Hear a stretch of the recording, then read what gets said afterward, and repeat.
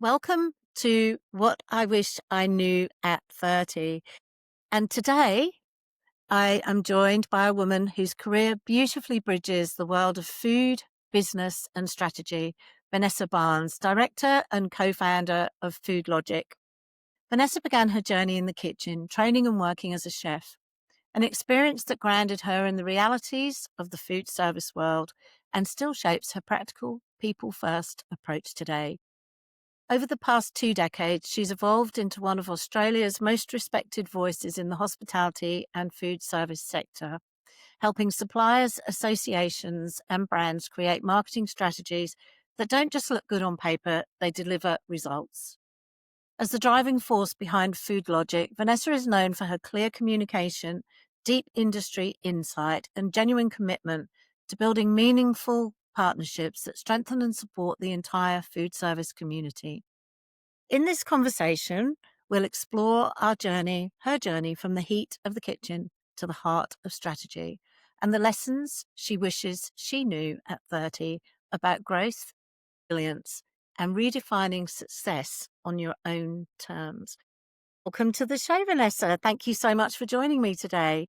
Hi, Fran. I have to say, I'm feeling a little bit intimidated with the others that I'm following. I think we're going to have some fun today. I think we are. And I think no intimidation needed. Every single one of them has their own journey. And Absolutely. It's the as we beauty of all our, do, our world. absolutely.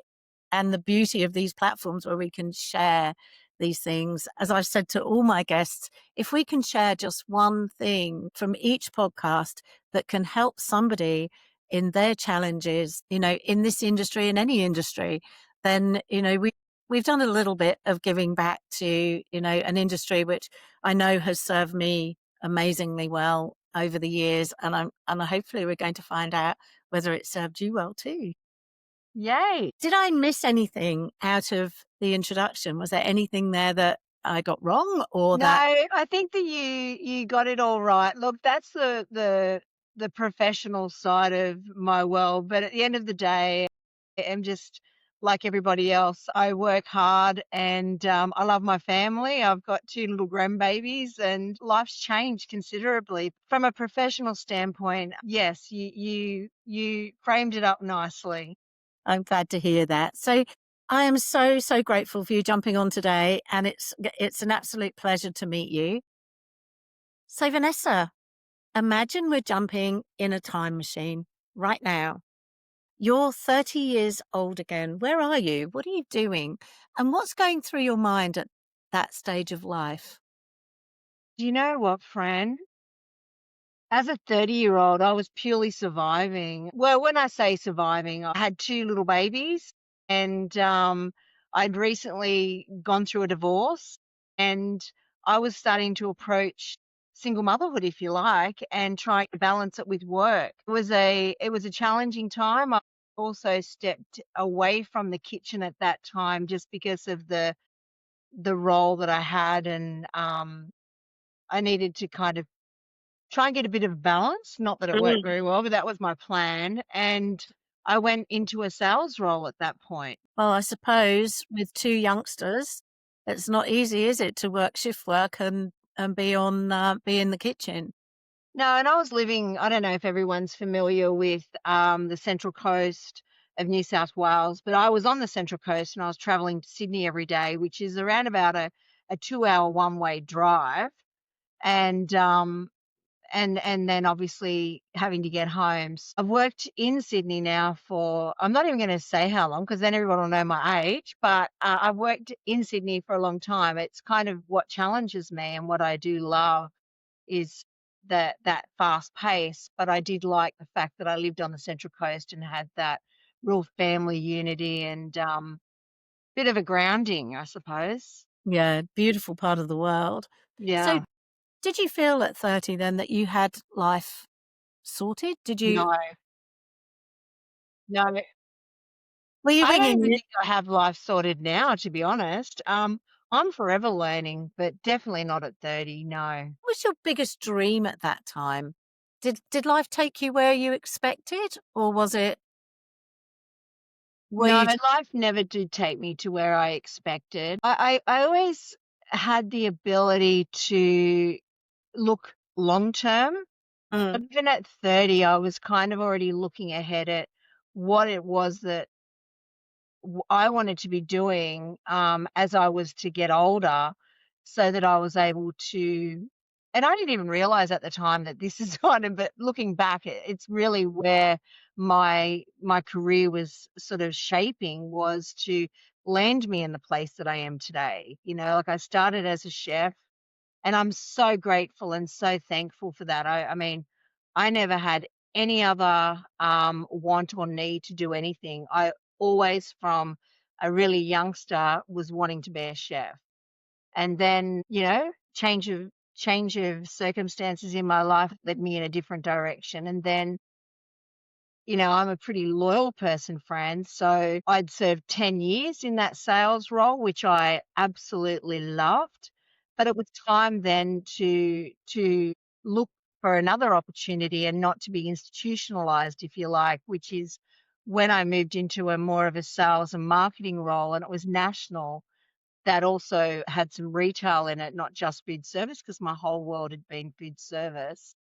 And that's what started my marketing side of my career. So from there, I just found my niche, and I've just gradually built on that. So I had no idea about what I was going to do or where I was going to land at 30. I just knew that I was going to be. I've just always had a love of people, and I love this industry, and I knew whatever I was going to do, I wanted it to matter. amazing? And how long now has Food Logic been going? When did you start?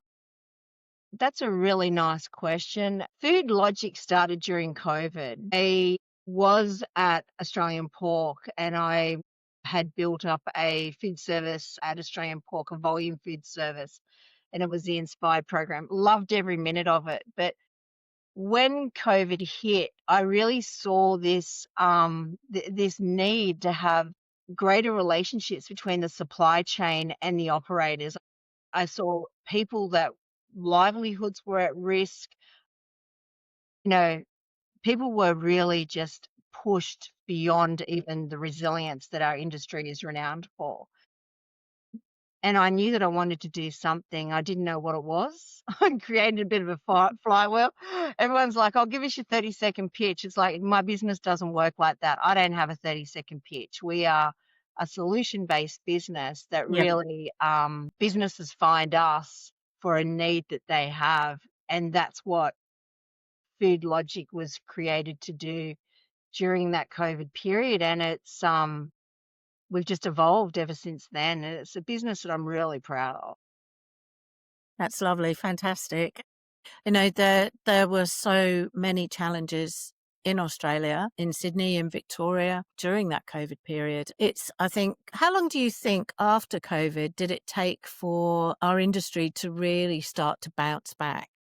I don't think we have bounced back Mm, completely, to be honest. I think that mentally, there was a lot of damage done during COVID, especially for the people that were in Victoria that had a really hard time. I mean, look, we all had a hard time, but I don't yeah, think anyone walked away from COVID that hadn't been scarred in some. yeah.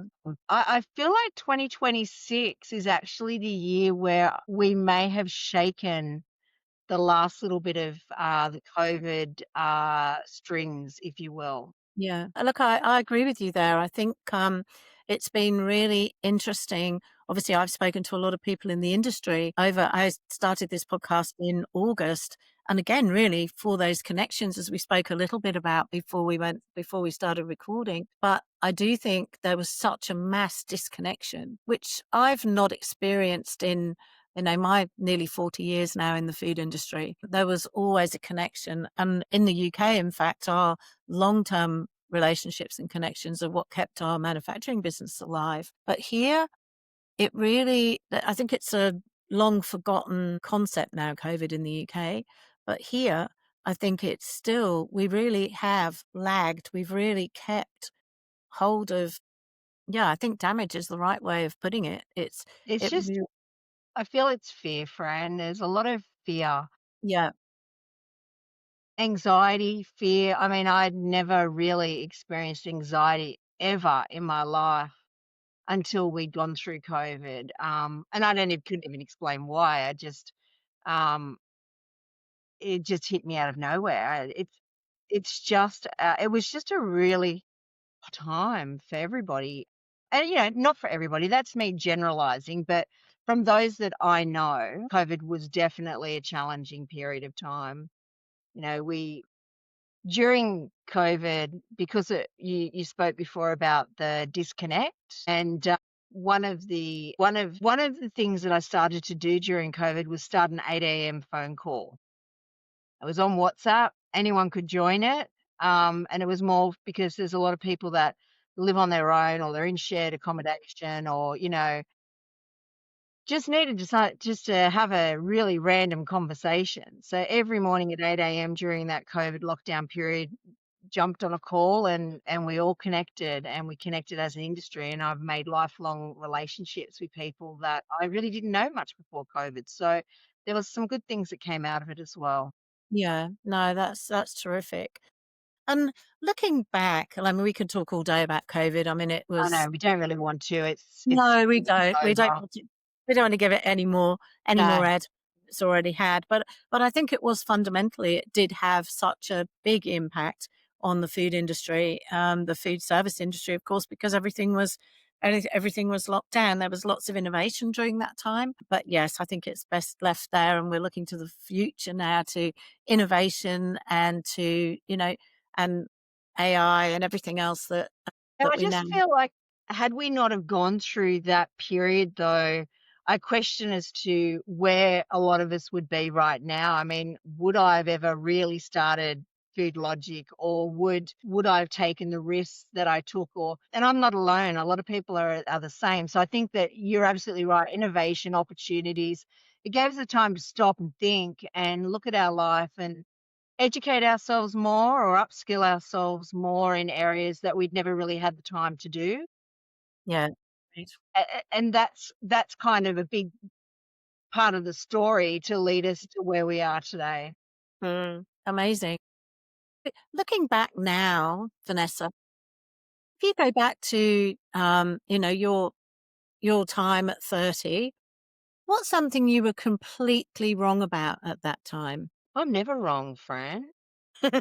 Well, No, look, I'm sure there was so many things. Look, I'm one of these people that, is told not to press a switch and I press it anyway to see what's going to happen. I learned from my mistakes, but look, I'm sure there was so many things that I just can't even think of anything right now, but there would have been a lot of things. so they say life's the best teacher, and sometimes the lessons come wrapped in disaster. So let's talk about the biggest curveballs that life threw at you, whether it was in business, relationships, or your personal growth. What's one experience that really stood out, which at the time probably felt like the worst thing that could have ever happened, but actually ended up shaping who you are now? Well, that's a pretty powerful question, actually. And I'm going to go a little bit vulnerable here and perhaps be a little bit raw, but I was diagnosed with breast I may have cancer. lost you again. We're here again. Sorry, everyone. We've got a 40-degree day here in Sydney today, and it's a bit flunky, the old internet. Are we back? Can you hear me? No. I'm so sorry. I don't even know what happened then. Either you just disappeared. That's all right. I stay here and it'll keep recording, so we'll be absolutely fine. Oh, You've thank got goodness. oh, hang on, you may have Riverside open in other tabs. Can you just check that you've got all the other switched off? How's that? Yeah, that's fine. That seems fine. So I think that your question was a curveball that Mm. Yeah. So it's the biggest curveball that life threw at you, whether it was in business, relationships, personal growth. One experience that at the time felt like the worst thing ever, but probably ended up shaping you. Yeah, look, I was just saying I'm going to get Lost you very again. raw and a bit real here, but I actually was diagnosed with breast cancer at the age of 32. And that completely changed my life in every aspect. Yeah. And all clear now? All clear. I've been clear for I'm not going to say how long because it's but look, it was a pretty traumatic time. I had two little kids and I had to go through pretty major surgery and then I had 6 months of chemotherapy. I had no hair, so people think I'm vain with my hair. Well, I am and I can be. Absolutely. You have every right to be. But yeah, look, that was definitely 100% the changing channel in my life that then made me make perhaps decisions that necessarily wouldn't have to be made by a 30-year-old. I had to grow up really fast. Yeah. What was the actual you're happy to talk about this? Yeah. Yeah. Um, as you know, I'm a survivor as well. Yes. Um, not of breast cancer, mine was bowel cancer. But for you, what was the hardest part about that experience? The hardest part about the experience was, do you know what? I'm actually going to just be really, it was losing my hair. Yeah. I never thought for a second that I was going to die. Some people would think that me losing my hair would be like, "Oh my god, are you that vain?" My mum had already just gone through breast cancer. She had just finished chemotherapy when I was diagnosed. And so I knew that I'd caught it early Mm, and I knew that they're very honest with you, and I knew what my life expectation and recovery and all of those things. I never thought for a second that I was going to die. So I wasn't scared about any of the process, but I remember sitting there and I was just pulling out clumps of hair and then having to go in the bathroom and shave my head. That was probably the hardest thing that I had to go through during the process. I'm sure it was. And how did you push through all of that? I mean, obviously you were working or maybe at that time you weren't, but you still had two little people. Yep, I had amazing support, not just amazing support from my employer at the time to set me up at home. And, this is where we talk about changing our channels in life. And it's like that sliding door moment. But I started doing a lot of marketing at that time, which was kind of new back in those days, right? Like we're talking Yeah, 20 yeah, years ago that yeah. digital marketing was kind of new to food service and here I was given this opportunity to be able to learn marketing and it was because of that company which was Top Cut Foods Okay, yeah, that yeah. I was given that opportunity to and they just honestly there's not a better employer that I could have had during such a challenging time and that was Lisa and Tony Mandalidi. They were just my rocks.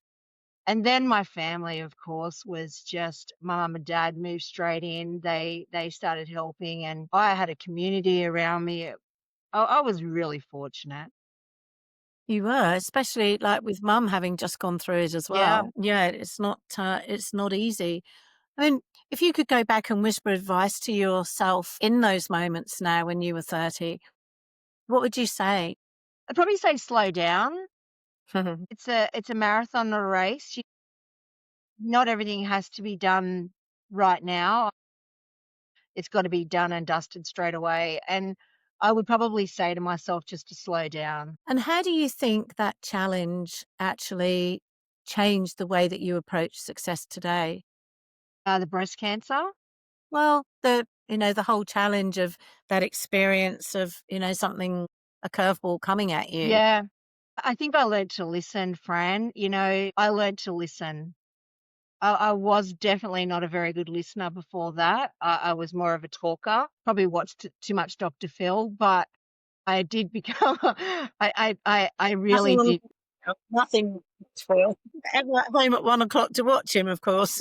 I love Dr. Phil, but anyway, I did. I learned to listen, and I learned appreciation as well. Yeah, and that's a fabulous skill, isn't it? I just don't think that you can. There's got to be layers. There has to be a layers to a person. It can't be just surface. Yeah.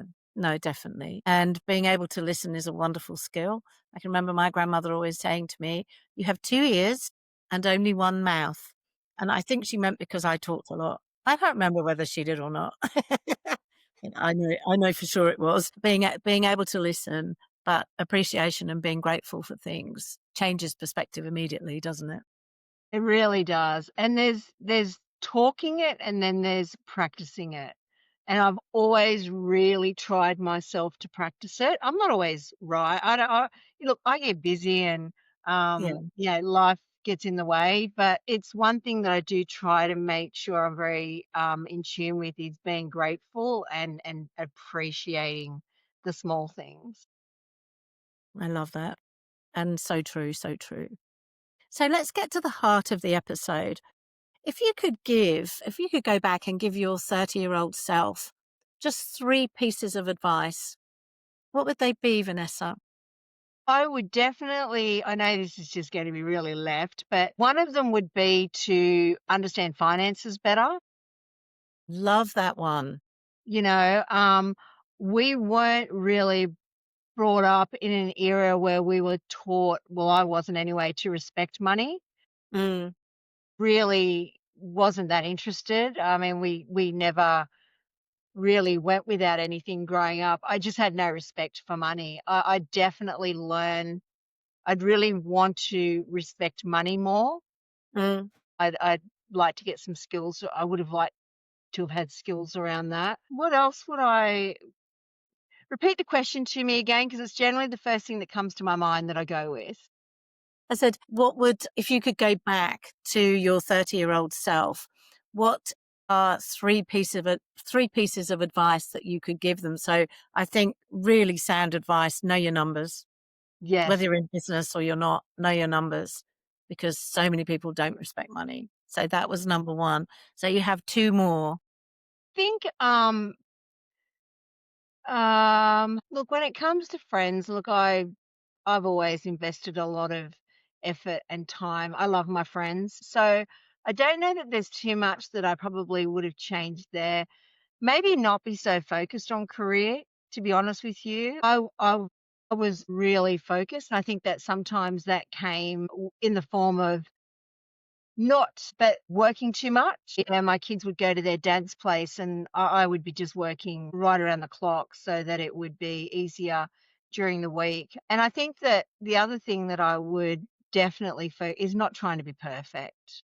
Yeah, Really, like, you'd kinda see these mums and, even people in the workplace that, they'd be making cheese and ham scrolls for their kids' lunches, and they were doing all of these things. Well, I felt like I had to. I wouldn't try and keeping up with the Joneses. I'd be more happy to be who I am. I love that. I think that's so important. And it's quite interesting in, sort of with kids and things like that. Everything is sort of which school did you go to? There's a lot of talk about that in I know Melbourne, I'm not sure about up in Sydney, but I would imagine it's the same. There's a real status kind of affirmed by, oh, so what school do your children go to? Or something never spoken about in the UK. Certainly not in the same way.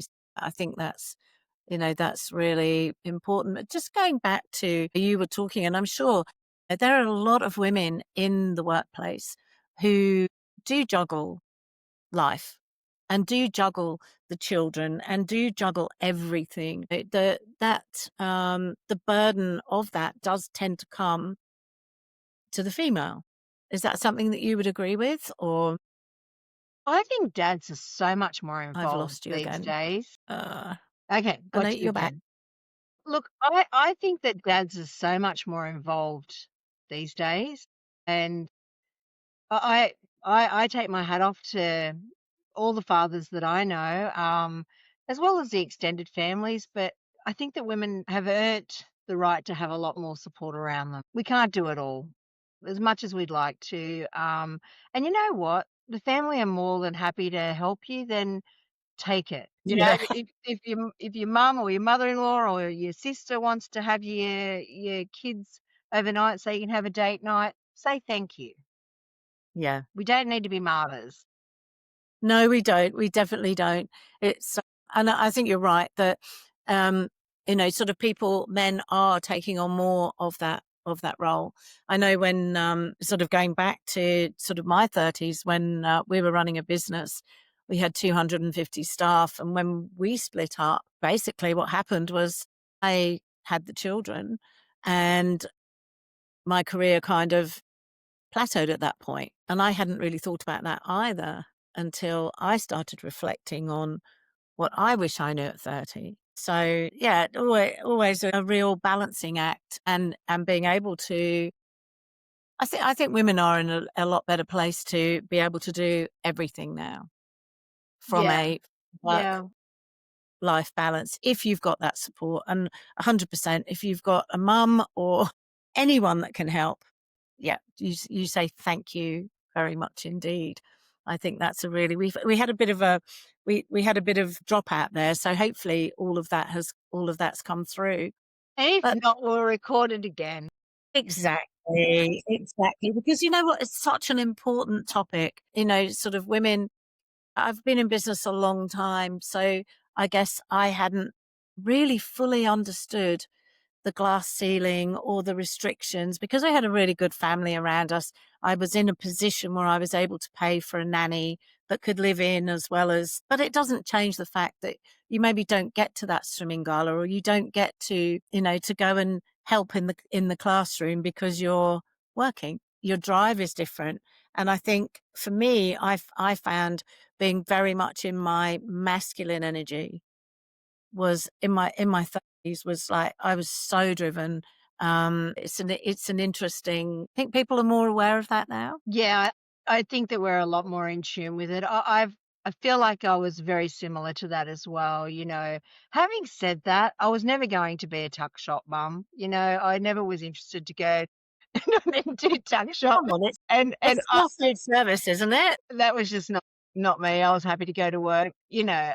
Look, I think, and I look at some of the friends that I have that are actually here from other countries, and I don't know how they do it. To be honest with you, they come here and they've got their little family, and that's it. There's no extended support. But I mean, I know that they create their own community, and yeah, Yeah, I just think we're very in tune with resources and survival. We're all very good at surviving. we are good at surviving. That's absolutely true. Vanessa, going back to 30 again, I mean, do you think that younger professionals and entrepreneurs today are struggling with the same things we did, or do you think they're facing a completely different world? Uh, Fundamentally, I think it's the same. I think the biggest disruptor now for entrepreneurs, anyone that's sort of cutting through, is the AI and the disruption of AI. Yeah, I feel that I was even watching the news this morning, and they've got robots now carrying bags out of shops for people. I'm like, really? We've seen different TV shows with cars that are driving themselves. And yeah, I don't know. I feel like that's sort of, are we ready for that? And where do the opportunities come once you start to have so much tech happening? it's moving at such a fast pace. Such a I have to fast. say, um, I'm enjoying it. I was doing a whole list of costings the other day, and all the costings came up on the MPD suite. And I thought, I wonder, like, I'm going to have to do an Excel spreadsheet now and put all these costings together. So I wonder if I can just take a screenshot of these 20 costings and actually get it to put it straight into an Excel spreadsheet for me. It did it. And it was like, oh my goodness, great. Because that would have taken me, well, I'd have been bored by the time I got to number 4, and then I'd have got it wrong, and then I'd have been frustrated, and then I'd have had to go make a cup of tea. I don't like lists and doing things like that. It's not my jam. So I was like, wow, this can do it. And then I just put all the rest of the numbers in, everything. My costings were done within an hour and a half. That just really scares me. Yeah. We had the mobile phones come in that started to, or we had landlines that would store phone numbers as well, but I wouldn't even be able to tell you the phone number of anybody that I know. It's just Not now. just hit contact, or even now ask the phone to call the person, and it calls them. Yeah, exactly. You can just press in your car, can't you? Call such and Just such. tell the phone that talk in the into the in the car and ask them who to call. I just worry about our memories and whether we're exercising them enough and, giving them enough to work with, when Yeah, we become a bit lazy and, people are like, "Oh, I can't even remember that person's name." And I'm one of those people, don't get me wrong, yeah. like, I'm very much aware of it right now, and it does scare me a little bit. Look, I think there's definitely things that we need to do. I mean, I love AI, and I love the application of it, and I brainstorm with it quite a lot. I find myself talking to it, but I actually love the way that that can challenge my thought processes. But I think we've done the hard yards, so our industry is one that we actually understand. And I wonder from the other way around, you know, having a situation where AI is available, whether it's, in school or everywhere else, and not to have the actual skills formed already so that AI gives you the actual outcome, but it doesn't necessarily, well, it definitely doesn't give you the underlying foundations. And I think that's what worries me about AI. But I love it right now. It helps me in an awful lot of things where where I can put strategies together, I can pull things together that I want to understand a bit more about algorithms on YouTube or whatever it is. And, whether it's right or wrong, it gives you some pretty good insights. So I think, that's an interesting application. We dropped out again there. And I'm Um, a nightmare today. I know, I'm I so know. sorry. No, look, it's fine. So just going back again, I mean, sort of talking about what's one mindset shift that completely changed your approach to success? Really, um, really the importance of relationships. I would be nowhere today if I was to have taken relationships for granted or not to have understood the true how much I need to build a relationship with somebody and then understanding that somebody needs to build that with me as well.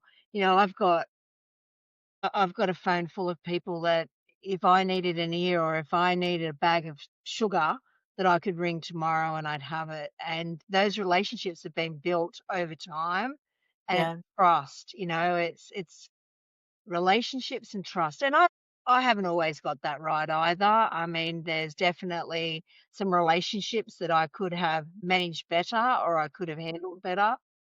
I am who I am. I'm human, but definitely the power of the relationship. I agree with you. And I think for me, this is really being amplified through this process. Actually, the people that I knew before, the ones that I've interviewed through this, but also the people that have been referred through and actually under, for me, positive connection and relationship is way up there on the top of my core values. And that I'm loving that. And it's so important in life to be able to speak to people, to be able to listen to people, and to be able to appreciate those connections. So I absolutely Treasure love. them, treasure them, treasure them, treasure them. Yeah, absolutely. I agree. And in business, in personal relationships, whatever they are, those things are so important. Treasuring them, I love that, is absolutely crucial. It's just, do you know what? Um, I'll just say it. Money, finances have never been a motivator for me. People and relationships have. Yeah. And that's just the way that I am. I really do treasure relationships and I really appreciate and thankful every day for the people I have in, Yeah. That's beautiful. I love that. especially my grandbabies. And I'm with you on that. I've got my grandbabies too. I've got Lottie who's 5, and I've got Archie who's will be 2 in December, and Oh, he's actually just come out of hospital. He's had a virus. He's been so poorly. that's no So fun that's at been all. no, daycare. But no, I have to say they really make you intentional in your work life and everything else, like being able to spend time with them. pick them up from school, do all those things. My little granddaughter's been with me for the last 4 days because her brother was in hospital. Their mum's a doctor. So it's just been, yeah, it's just been phenomenal. I love them. They're just so good. And the times that I didn't have for my children because I was working, I've Yeah. got time now to do the painting, to go to the zoo, to do all the things that I maybe didn't have. So I'm getting a second chance, I think. And that's how I feel. Isn't it funny? I think that they'd probably even get me to tuck shop.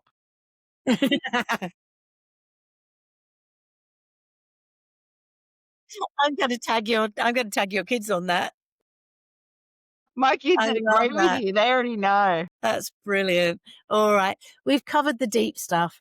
Now, let's have some fun. I'm going to hit you with some real quick fire questions. Don't overthink these, but just the first thing that comes to mind. Ready? Yes.